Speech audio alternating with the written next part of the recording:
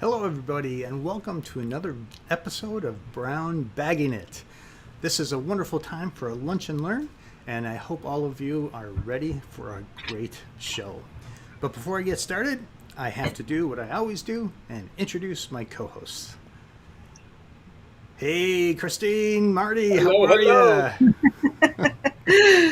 Yay, we're here, we made it. DJ, I always love that intro music. I want to play it as I'm walking the dog. I need a soundtrack to my life.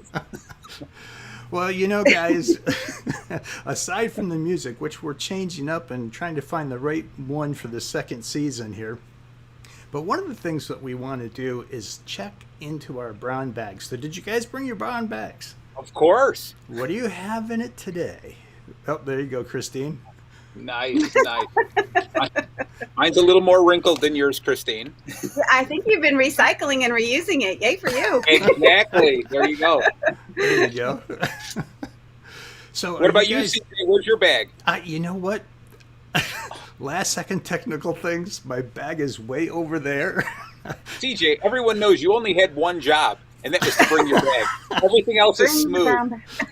Oh, well, what can I do? You know, I have to say, though, we can improve. And one of the ways we're going to improve is because our guest happens to be a very, very good techie person, video person, live streamed person, and all that.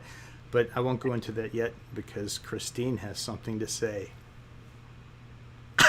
Awesome. Here we are, season 2, more of the same. You know, one of the things I wanted to talk about was just that, you know, in calling our show The Brown Baggin' and being the Brown Baggin' It, one of the points about brown bagging, I remember, you know, you go to the fridge, you're rushing out in the morning and you grab what you have on hand, you know, well, this'll work, last night's leftovers, and you throw it all in the brown bag and you get to wherever you're going and you have your lunch, and it was plenty. It was exactly what you need. You had everything that you needed all along. And so here in Brown Baggin' It, that's what we're talking about is leadership and we already have the skills that we need. And it's just a matter of opening up the bag and checking it out, or opening up the fridge and knowing that it was all there all along. So that is some of the thought process that went behind Brown Baggin' It. Thank you. I'm sorry, but, you know, folks, I gotta tell you that, you know, this show has always been a unique experience for me because it's a chance where we get to explore and learn from each other and from our guests. And the person that I'm going to introduce in just a moment, Luria Petrucci, is an incredible live streaming consultant, and she's a specialist. Her list goes on and on, but let's just say that she is so good. She's been on CNN and NBC, NBC, ABC. She's been on them all. She has also worked with companies like GoDaddy, and the names are dropping out. Oh no, maybe we'll have to have her do her own intro today. It's been one of those mornings. Anyway, please welcome Luria. Hey, Luria. Hi! Thank you so much for having me. Welcome. I am so glad you were able to come. I forgot my brown bag, though. Oh, all right. Start the show over. Start it over. I have extra I can share with you. Okay. Send her an e-bag. Does that work? I don't think so. Yeah, I definitely prefer Christine's brown bag over yours, Marty. I'm sorry, but hers was a little cleaner. What are some of the things that you have done? I mean, kind of as an introduction before we get into the meat of everything here, can you explain a little bit? Because when I first met you, it was under what I'll call a very human type experience that was very electrifying. And I'll get more into that later. That could be taken a number of different ways, CJ. Sorry. But tell us about Live Streaming Pros and a little bit about your company. Yeah, so I actually started doing video and live streaming 15 years ago, back before anybody knew that this stuff existed. And I started, doing tech news and reviews, and I built up an audience of 2 million people, then subsequently lost that audience after about 10 years, and just transitioning because I got tired of the thing that I was doing for 10 years over and over. And I decided I wanted to help people learn how to do what I had been doing for 10 years to build up an audience of 2 million people, right? And that was the number one question people asked was, how do I do what you do? And so I decided to start helping people accomplish it for themselves. And that's where Live Streaming Pros came in. And I've been doing that for the past few years, and that has been just so rewarding in a way that I never anticipated. I'm a teacher at heart, and I love helping, like from the core of my being, from the baby. I was always helping, even to the point of giving my allowance away to my sisters because they needed something more than I did, right? Wrong kind of help. Yeah, I know, right?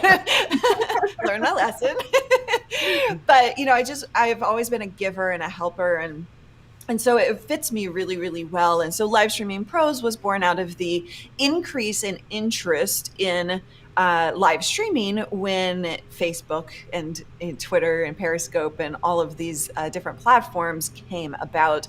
It had always existed, but it just wasn't as popular as it is now. So now I get to help people not only just build out their studios, which is kind of what people come to me for, but my underlying mission is really at its core all about the head and the heart, and helping people unlock their hidden awesome inside of them so that they can shine on camera, so that they can reach more people, so they can be the person that they don't feel like they can be out putting themselves out there. And so that's really the core of my mission and how we met, CJ, which is through a challenge that I do, in which I help people get more confident on camera through tapping into their hidden power. Well, and I have to say that challenge, I know 2 other people on this show that probably want to take the challenge in August. So come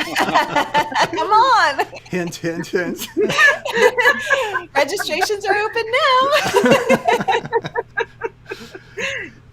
Investigating you, Luria, I did see that was something that you were doing. I went to someplace, I think there was an assessment or something, and it definitely is intriguing. One video I didn't get to see, and I think it's a more recent one that you have up, is like how not to be nervous on screen. And so yeah, just it's been really fun learning so much about what you're doing with Live Streaming Pros. So my question for you, Luria, is Before we get to, I want to hear your question. Before we do, I'm going to interrupt since my team is like telling me we can't find the link. Can we are live, right? Wow. I'm going to put CJ on the spot here and just say, he has gone live before without, or gone live and not. Okay, as long as, is it on the Facebook page? No, it's on YouTube. Oh, on YouTube. Okay. I'm so sorry. I hate to interrupt like that. I was debating. Maybe I shouldn't. That's good. That's good because, I think we've confused some of our fans because last season we were strictly on Facebook. And, now we're at the place where we're expanding. We're going to YouTube. So, yeah, hunt us out on YouTube if you find this. I think I'm going to have to figure out how to, get us all back into the same place again, as at least getting our Facebook fans over to YouTube here. Or I have to... I have to send the signal to both places, I suppose. Yeah. Anyway, we can deal with that later. I just wanted to make sure we were indeed live. Sorry about that. So do you remember that a question, was the best way Christine? to avoid a question. Right? I know. I'm like, I just want to know if you're live. I don't really. Okay, what was your question? Well, actually, so why don't you give us an example or some examples about how in your live streaming work that you feel that you are leading with your strengths? Such a good question. I used to think that I was a follower, not a leader, an implementer, not a leader. And I really struggled with that for so many years. And I always took the back seat. And even though I was the front facing person, and even though I was the leader, really, it was, my thing. But at the same time, I didn't trust my instincts and I didn't trust myself enough to lead with intention. And then I took, so I have this super awesome capability, but it's also really annoying where I see all sides of everything, of any discussion. It makes me a terrible debater. I'm not a good debater, right? But I can see all different sides. And because of that, I take time to make decisions. I make time to evaluate the pros and the cons. I love my pros and cons lists, right?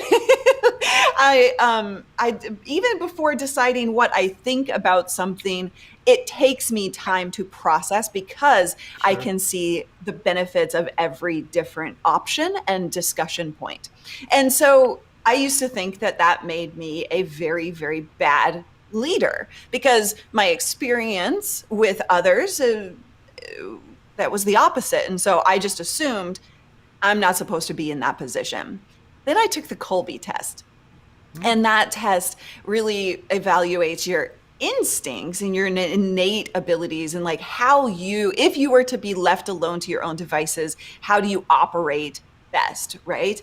And a 7752, which if you don't know the Colby test, you don't know what that means. But, what I discovered through that process and other mentors like Michael Hyatt and just really diving into the process of understanding what my strengths were, I realized that I just wasn't trusting my strengths, right? And so I finally leaned into that and I started making decisions the way I make decisions.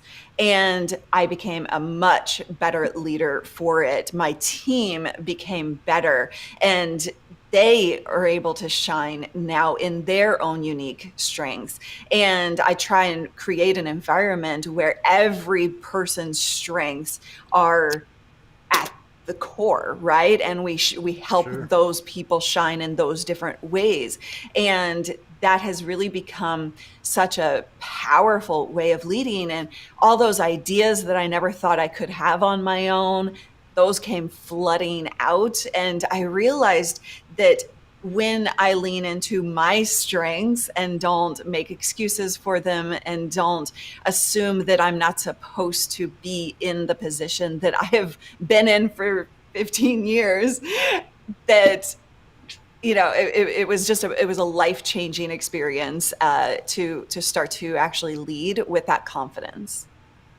That's great. So what I'm hearing too is that you had this all along.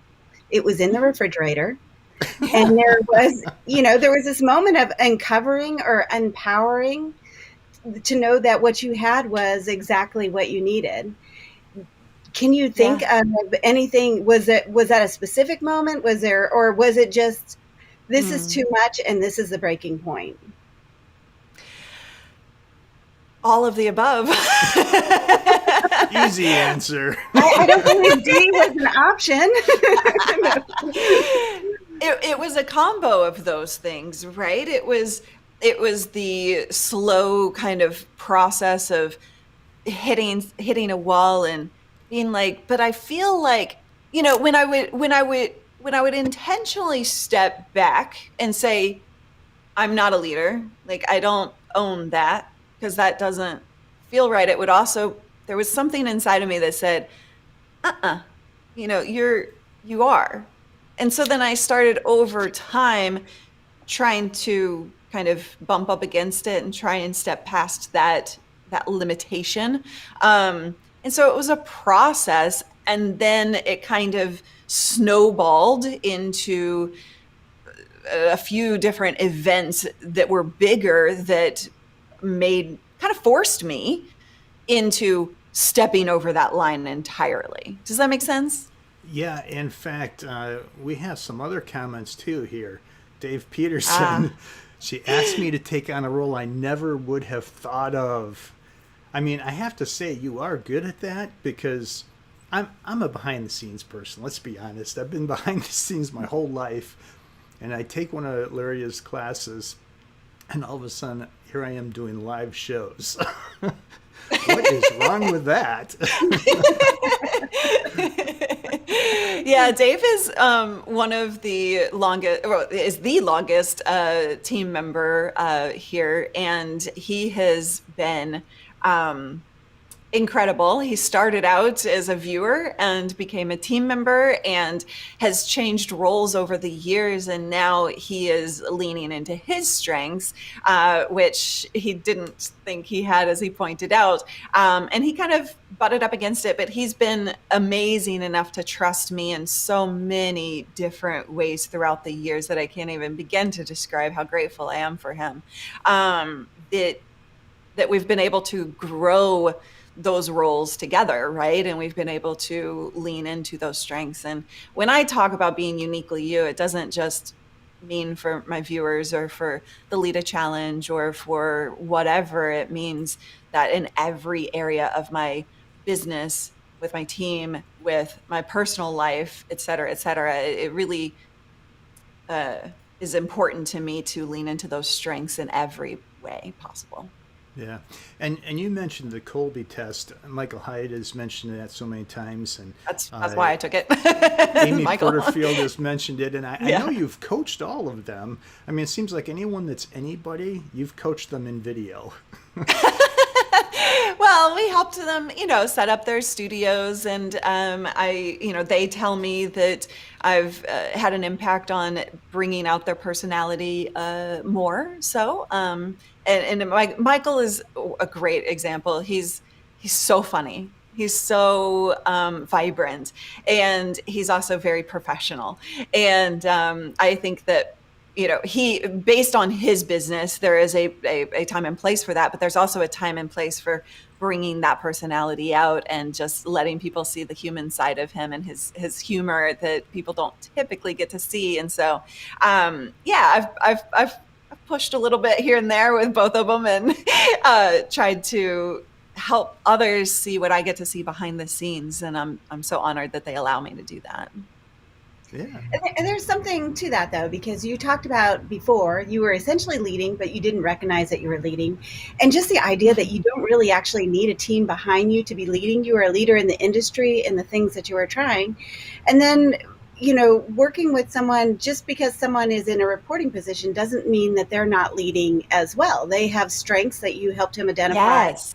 And to move forward with.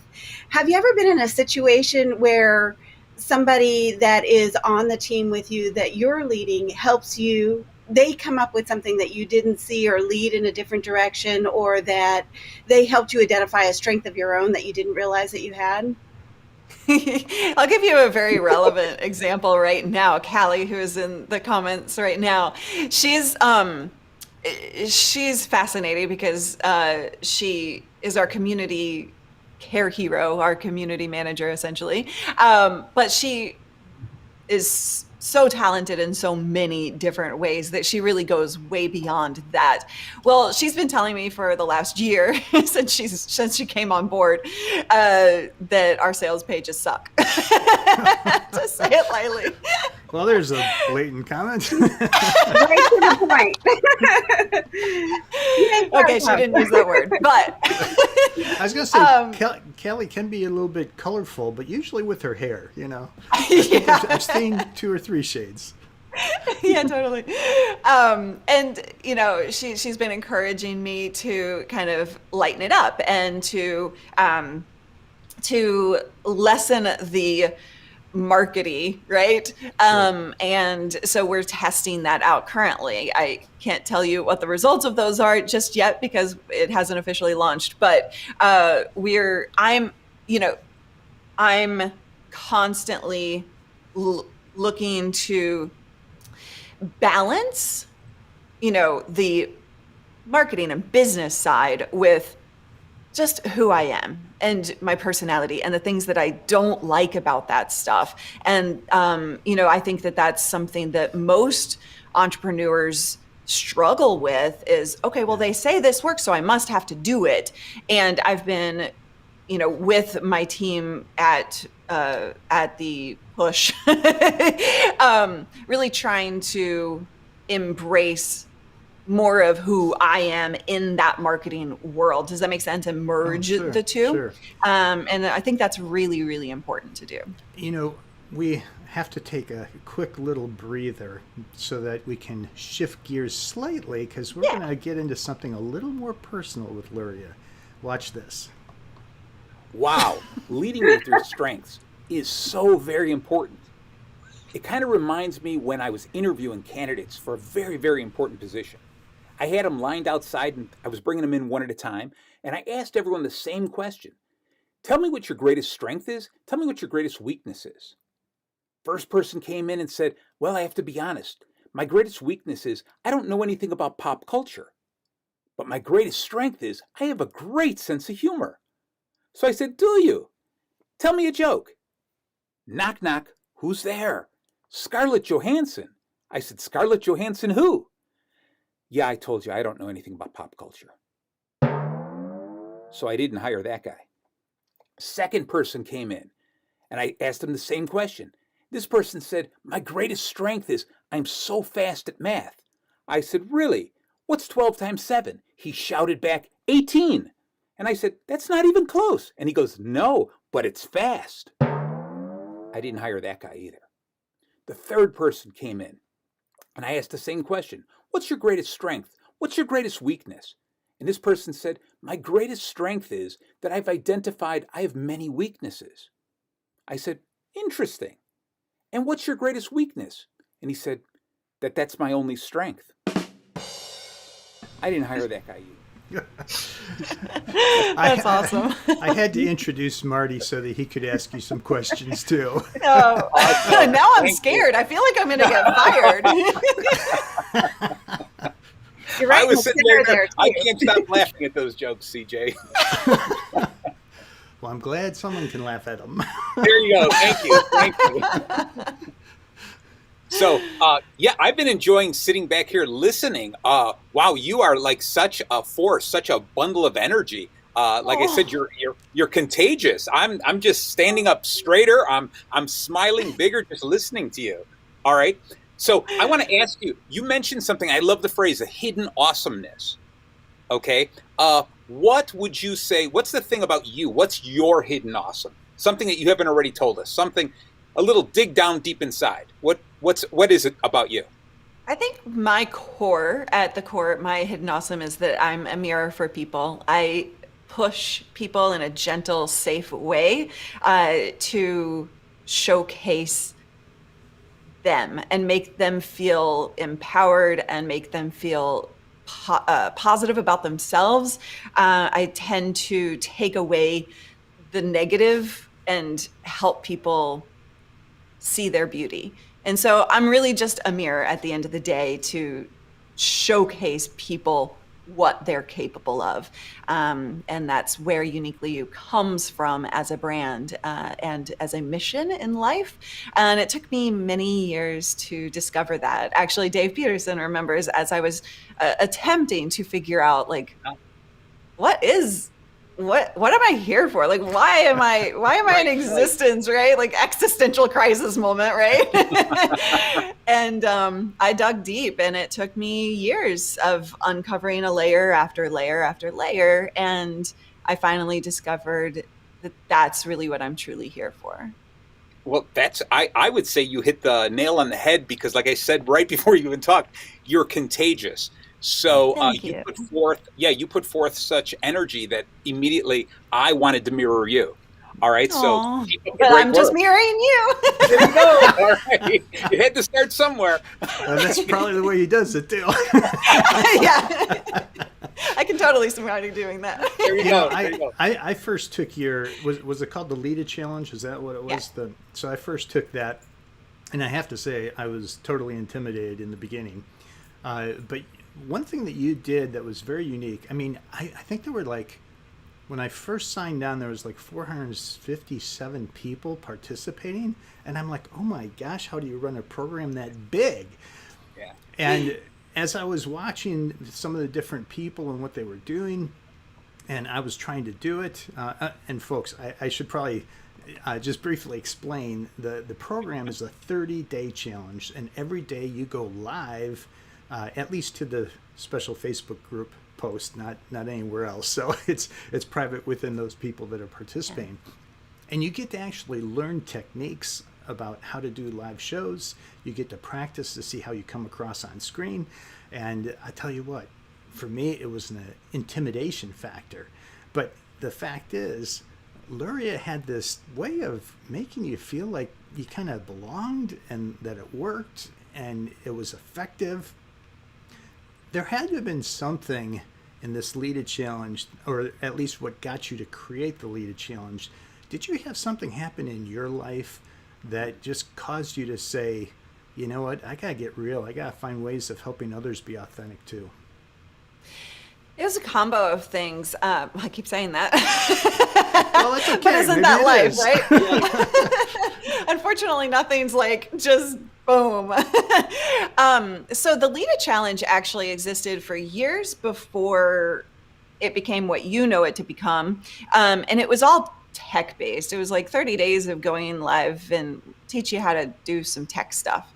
And it didn't have that much traction. And COVID happened, and April, we do it in April and August, so twice a year, live every day in April or August, right? So April happened, and that was right when COVID happened in 2020. And it was a combination of me realizing that, holy cow, there are so many people who never thought to live stream are now having to be forced into either streaming or Zooming or being on camera in some form or fashion. They need help.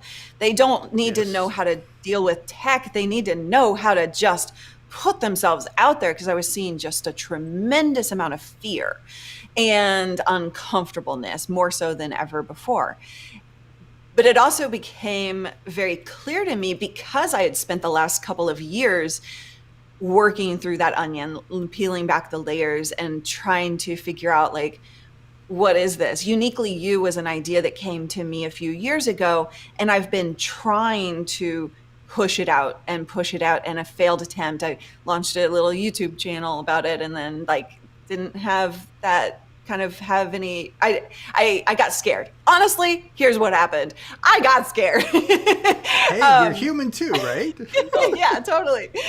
I had bumped up against some negativity, and I also bumped up against an emotional outpouring at the concept and the idea of uncovering who you are so that you can live your fullest life in your personal and in your work.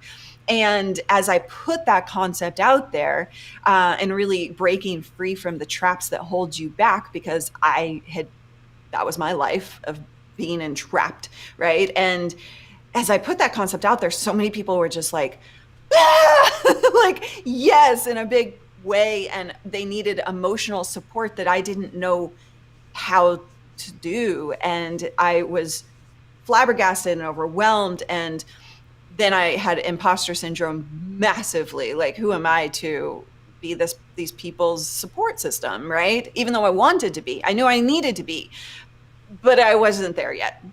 So I got scared, I pulled back, and I tried a few different times to kind of push that concept forward, and to no avail. And then 2020 happened, Lita was going, and I changed it up entirely. I was like, no more tech. Like, nobody needs tech right now. Like, this, we need to go uniquely you on this style.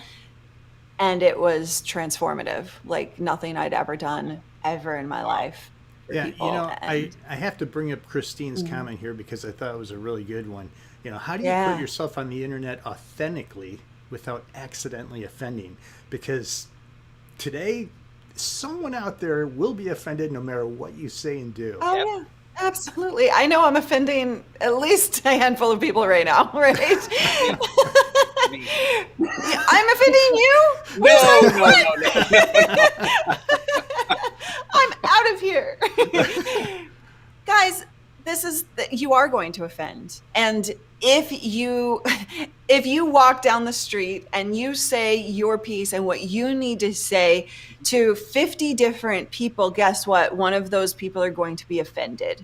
Yeah. And that's fantastic because you are taking a stake in the ground. You are being your authentic self. And if they don't want that, then bye-bye. Like, I know that's easier said than done, but you have to get your head around the fact that you want to create that stick or that bale mentality, because those people are going to be the people who are most engaged with you, who are going to be there for you and support you.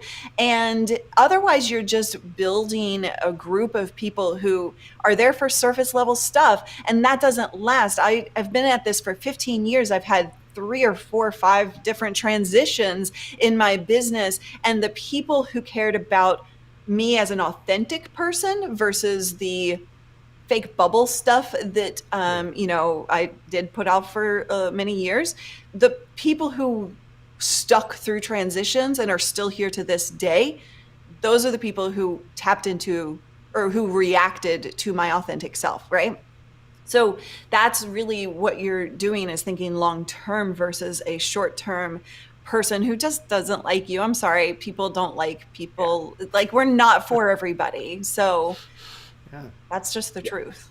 I think that's so strong. You've got to identify your brand, and there's going to be people you're going to offend, but because you're targeting in on your specific audience. The moment you say, I'm going to be all things to everyone, is the moment that you become extremely boring and you're nothing to everyone instead. Yeah. Okay. Exactly. So, yeah, I agree with you 100% on that. It's like vanilla ice cream. Everybody loves vanilla ice cream, but nobody talks about vanilla ice cream. When you say, what's your favorite ice cream? How many people say vanilla? No, it's Rocky Road, blah, blah, blah, blah, blah, right? Like, It's the stuff that is going to offend somebody else, because when I look at the grocery aisle or the ice cream aisle in the grocery store, I'm turning my nose up and almost throwing up at some of those flavors. Yeah, but I'll always take vanilla. But there's new ones that are pretty crazy out there. But yeah, vanilla allows you to add whatever toppings you want to add, right? There you go. Oh, I like that. Don't be too vanilla, CJ. Come on. Hey, I want to switch I want to switch in a different direction. I want to ask you something. is I love the way you were talking about shining. Okay, that each of you, you shine in your own way. Your team shines, and you help people find their what I call their inner bacon. But you find Yes. that special something about you that shines, and obviously you share. And I always pitch the idea that throughout life we should be shining, sharpening, and sharing. Okay, and I think all of that. So, what do you do to sharpen your skills? Because it doesn't seem like you have any other time to learn anything new. Like, how do you do that? How do you get more knowledgeable? I read, I think, and I attend, I have on the business side, I don't know if we're talking personal or business here, but I'll tackle both. Everything. So okay. So on the business side, I make time for a program that I'm involved with, Michael Hyatt's program, Business Accelerator, to sharpen my skills as a leader. And it has taken me a long time through that program to even be okay with saying the word leader. Like that word scares me, as I described before. But so I take time out, and the team knows that when I'm gone for that day or that couple of days, I'm focused on making us better as a company, right? And I do that. I take time as much as possible. I'm better at times than others, to literally I'm an outdoors girl, and that's my happy place. The water is my happy place. And when I'm there, I am able to think and process and evaluate where I am and where I need to be. There's a saying, I don't know who said it, but you cannot become who you are by being you cannot become who I'm butchering this. You cannot become who you will be or are meant to be or whatever by being who you are, right? Essentially, I'm so butchering that quote, but you have to change. Beautiful. I wear a big T-shirt, so that'll fit on my shirt. I love that saying. Okay, good. All of the mess ups included, right? Exactly. Wait, no. And I live by that. And even last night, I needed to clear my head because I was kind of feeling foggy in the process of that. What did you call it? Sharpening? Yes, yeah. Sharpening. I was needing to sharpen, and I was feeling foggy. And so I went to the beach and I swam and I cleared my head and I thought through those things, right? So there's a lot of time spent doing those things so that I can sharpen my skills. And I like to read. I'm a big book reader, so. That's fantastic. Great. Thank you. Our time, unfortunately, is slipping away, and we have other segments to get to. But Luria, I talk too much. No. You were great. I just wish we would have planned on a 2-hour session. Exactly. Let's turn it into a 3-hour. Okay. Hey, let's go for 14. We'll edit it later. But anyway, how can people get a hold of you? How can they sign up for the Lead It Challenge? How can they learn more about Uniquely You, which, by the way, I fully endorse? Oh, thank you. You can sign up for the Lead It Challenge. I think that's the perfect place to start with Uniquely You is the Lead It Challenge, because it hits you with it without you knowing it, kind of.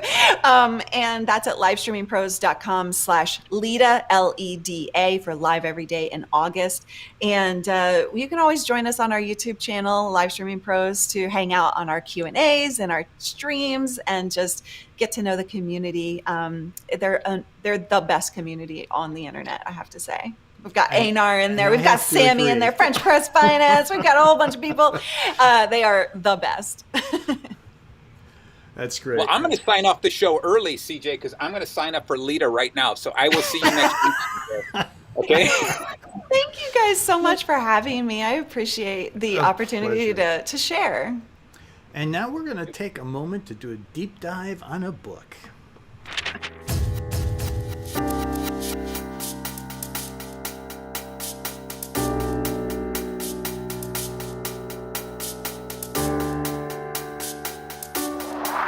When you're talking about leading with your strengths, it actually refers to the strength revolution.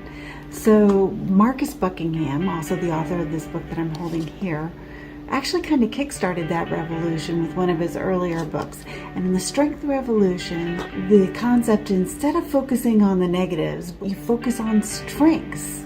And that's where you put your energy, learning what makes success and focusing that way.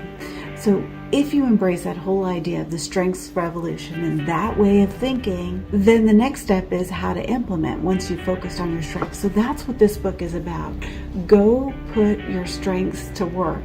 Also written by Marcus Buckingham. This actually came out in 2007. This book is a 6-step, 6-week process to implement, focus on your strengths, identify them, and then implement them. So in the first couple weeks of this, number one is busting all the myths that we've kind of believed before when we were focusing on failures as a way to improve strengths. And then number two is actually identifying what your real strengths are. Since this book was written in 2007, the assessment has changed that's referenced in the book. And the new assessment you can find at marcusbuckingham.com, the author of this book. And the assessment is called the Standout Assessment. It takes about 15 minutes, and I'm hoping that between now and next week, maybe you'll have a chance and we can move forward in checking out all that this book has to offer. Go put your strengths to work with Marcus Buckingham. Well, very cool. That was our first deep dive on the book. We're Right. taking one step at a time here. One of the things I wanted to talk about, though, Christine, when you dove into that book, I know it's got to be hard to trying to read it, to learn from it at the same time as preparing it for the show. What were your thoughts about that process? What were my thoughts about the process of reading and trying to put something together for the show at the same time? Yes, that's the question. That's it. You got it well. Good delay tactic, too. Thanks. My thoughts were, I'm going to take the high points that catch with me. I find this is why book clubs are successful, because whenever we read something, we all take something different away, right? You go and you discuss it with somebody else and you're like, what? And you're turning back to that page and you're like, oh, it did say that. I totally overlooked that. I see your point of view. So as I was going through this, I was like, I'm just going to catch the high points that hit me. And maybe as others are reading and we're going along over the next few weeks with it, they'll also point out some of the high points that hit them so that we can all get a richer understanding with just a single reading. Yeah, that's good. And Marty, Yes. I heard that you had a chance to interview a leader that is a very young leader. I'm excited about this. Tell me about that experience. All right. Well, this is amazing. This young lady I met a few years ago, and her parents asked me if I could help her with her speaking ability, just to get over stage fright a little bit. Wow. Once I started talking to her, I said I could probably learn more from her than I could possibly teach her. She's an amazing young woman who has done so much in her short life. And now I believe she's going to Princeton. And so I called her back and she, honored me with this little interview. And I could go on for hours explaining who she is, but I think you're better off listening to who she is. I had the great pleasure of meeting Emily Kang a few years ago. She is a remarkable young lady, and it would take me hours to truly introduce her. So rather than you listening to me, I'd like Emily to introduce herself. Emily, please. Thanks, Marty. I'm super excited to be here today. So I'm currently a sophomore at Princeton University studying computer science. And so I would say that my journey started essentially in elementary school when I first discovered my passion for math, science, and just STEM in general. And so in high school, I was able to utilize this passion, as well as my passion for helping others, to found a nonprofit organization, Girls Unlimited Education.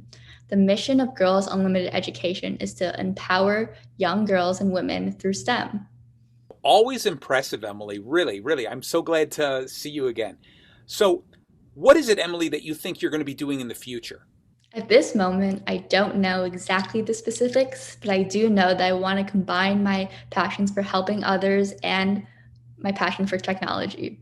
So, Emily, I've got to know, what are you doing right now to prepare for this amazing future? I think it's obviously very important to be able to conceptualize, to come up with good ideas. However, ultimately, I think if you aren't able to express yourself clearly, then a lot of the legwork behind that good idea becomes lost. So learning how to express myself and to really articulate what I mean is something that I'm doing to prepare for my future, because I know that no matter where I end up, this is a skill that will serve me well. What accomplishments are you most proud of? I would say founding Girls Unlimited Education is definitely my proudest accomplishment. And so essentially, throughout high school, I was able to have a lot of opportunities available to me in computer science. I was able to take courses and participate in competitions. However, what I realized through this is that while I was so grateful to have all these privileges, there were so many communities, even as close as 20 minutes to me, that did not. And so I wanted to utilize my own skills and experience in computer science and provide these opportunities to other young girls. So, Emily, you have so many incredible accomplishments. I don't know how you do it all. What would you say are your greatest strengths? I think my greatest strength is honestly my ability to acknowledge that I have a lot of weaknesses. Or in other words, I know that I still have a lot to learn. What do you look for in your team when you're forming a team? What strengths do you look for? Well, that's a really great question. I think that I really admire people who have a strong sense of situational awareness. And what I mean by this is when you're being asked a difficult question, knowing how to reframe your answer in a way that is both digestible to your audience, but still truthful is such a valuable skill. So, Emily, I have got to ask you, what motivates or inspires you to just be so outstanding? Well, thank you. I'm not sure I deserve all of that credit, but what I've always said is I am the sum of the people closest to me. So I'm so grateful to have an amazing support system of friends and family who truly push myself to be a better version of myself every single day. And that's truly what helps me get up in the morning. Well, Emily, it seems like you are just naturally or automatically motivated. Plus, I can say without a doubt, you're a natural born leader. What do you do to motivate those people who work with you? So I think along a similar line of thought, I would say that I prefer to motivate and lead through example. I believe that real change must come from within oneself. So you can encourage someone as much as possible to make a healthy change in their life. However, this kind of external motivation will only work for a moment. So, Emily, it's been really nice catching up with you again. Could you give me one piece of advice before you go, just to tell me what should young kids be doing right now? The first thing you can start off by doing is by identifying a need in your community and then utilizing your own experiences and the resources available to you to help alleviate it. And so with regards to my own journey, I remember that in elementary school, I was going to attend a summer camp. And this was a summer camp that my brother had attended the year before. I remember he had brought home a robot that I was absolutely enamored by. I was like, wow, this is what you built in camp. This is the coolest thing ever. So I remember just getting on that bus and so eagerly walking up to the school. And then I remember the absolute dismay that I felt when I found out that my parents, instead of signing me up for math and science and robotics, had signed me up for drawing, painting, and dancing. And this was the kind of subliminal messaging that I just feel like is so dangerous to our younger generation, because the message that was being sent to me was that I, as a girl, should not pursue STEM, was that I should instead be relegated to easier or more girl-like activities. However, instead of simply stepping back and accepting my own fate at that time, I went up right to the counselor and I said, no, these are not the classes I want to take. I want to be in the robotics class and I want to build my own robot. And guess what? At the end of 3 weeks, I came home, robot in hand, smile on my face. And so I think that if you're truly interested in making a change in the world, don't let anyone stop you. Go out, take control of your own futures, and do it. Emily, again, really great seeing you. All right. And I hope to run into you again very soon. Thank you again for being on the show. Thank you so much for having me. I had so much fun today. It was so good seeing you again. All right. Bye-bye. Bye. That was great, Marty. I appreciate that. I tell you, CJ, I could get teary-eyed watching that over and over again. To see these young kids just grow and just start out amazing, and just how they're blossoming into something just so absolutely wonderful. It just gives me so much hope for the future. I cannot wait to start talking to more kids. Yeah, and something special happened for her too, because she early on identified what her passion was.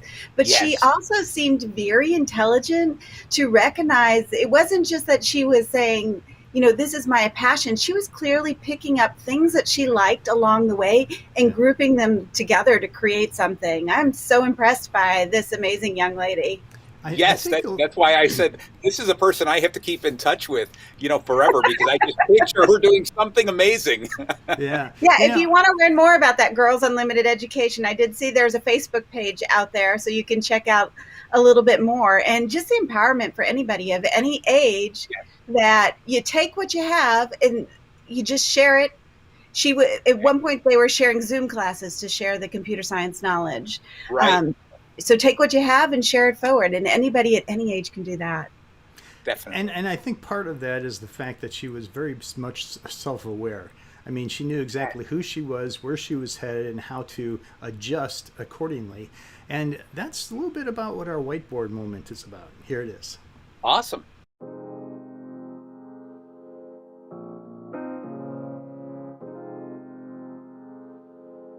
Hello, we are going to do a quick whiteboard talking about the developing emotional intelligence skills.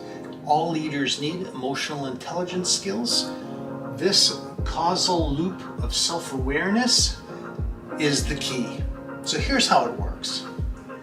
Every one of us are learners that need to take action.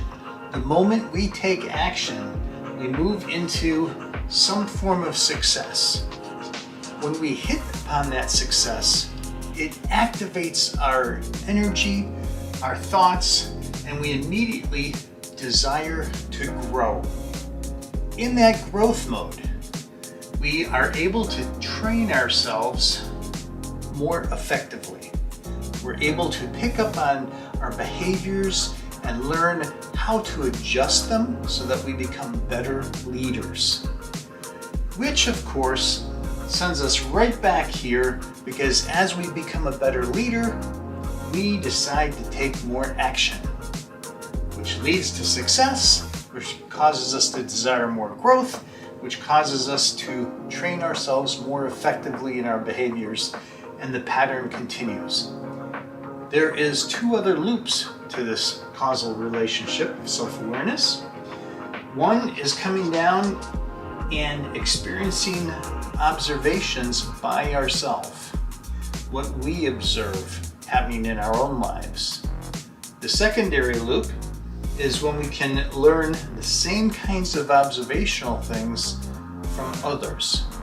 But they're two different loops, so let's talk about the self loop first.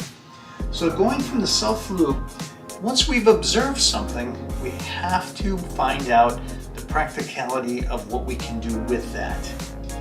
So as a result, we move into any kind of pattern recognition that we can see in ourselves. Something that when these kind of circumstances lay out, we behave in this fashion. That causes us to be self-aware. And once we're self-aware, we realize, oh, that's who we are. That's how we respond in these circumstances. We then can start making adjustments by first taking action. And of course, when we take action, we hit success, we desire to grow more, and we can train ourselves more effectively based on what we had observed and the recognition of patterns that we saw, because that's what generated the self-awareness so that we can continue in this process. But another more mature step in the process is to pay attention to the observations of others. So we listen carefully to their feedback. We pay attention to see what it is that we can hear them saying and understand what they're saying. As we assess that, we look for patterns. And if there are definitely patterns of our behavior showing up, we are then self-aware of what those patterns are. We can then determine what it is that we're going to do to grow in leadership.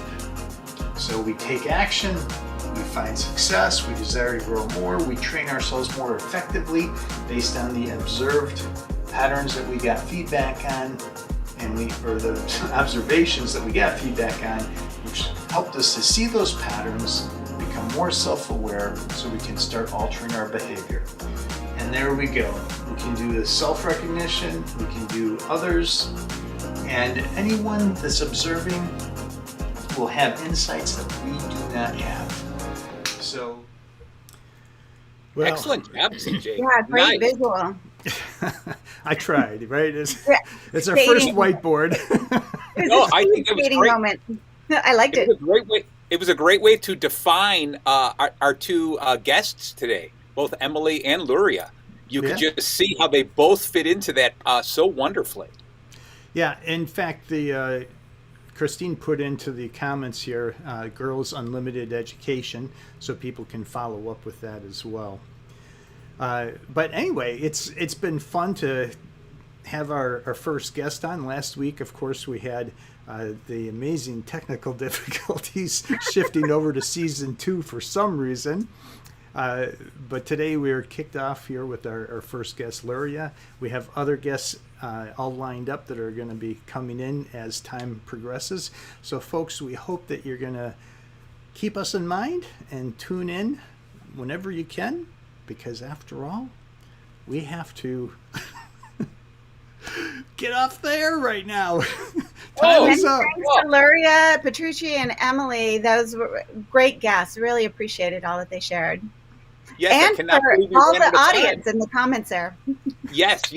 Thank you, everybody. Yay! All right, folks. We'll see you later. Have a great day. Bye-bye.